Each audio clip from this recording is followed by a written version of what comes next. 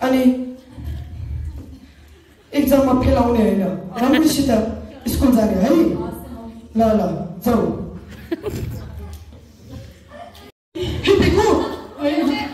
अनि किन स्कुल नगएको मलाई थाहा थियो सुरु तिमीले यस्तै गर्छ भनेर आज म तिमीलाई किन पिटिँ यस्तै गर्नेछ मेरो बाबा छैन म कति दुःखले कामहरू गर्छ आमाको दुःख देख्ने तिमीले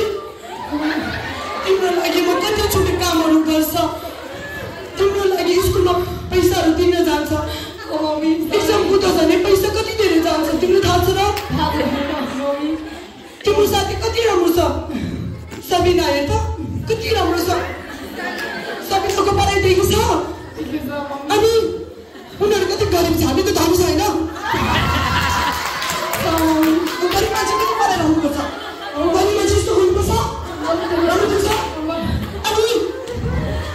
अब स्कुल जानु बुझ्यो मलाई थाहा थियो तिमीले यस्तै गर्छ भनेर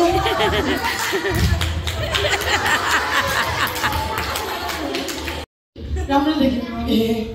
छोरी आज एउटा कुरा भन्छु आज मासु चाहिँ अनि के गर्ने त अनि मासु किन्न गएको त पसल सबै बन्द रहेछ त हेर्न जाने हो त हेर्न जाऊ तिमी आफै फ्रिजमा हेर्दा हुन्छ फ्रिजमा होइन यो तिम्रो भापाले खाएको हो कि मैले केही गरेको छैन म त अघि सुनिरहेको तिमीलाई मासु दिन्छु कि भनेर पक्कै भापाले गरेको होला बाबा त काममा जानु भएछ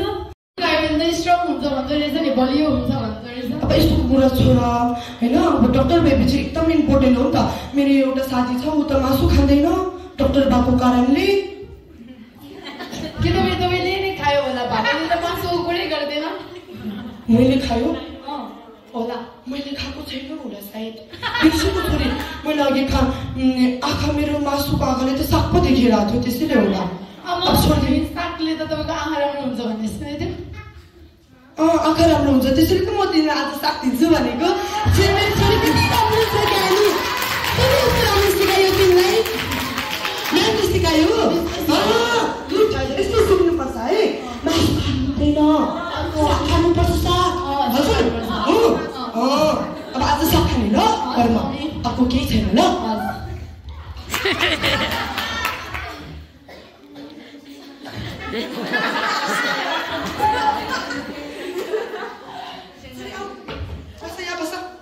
अब खाना खानुपर्छ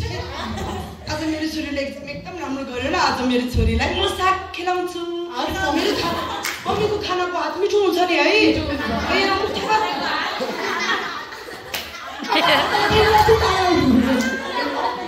गर्नुपर्छ कि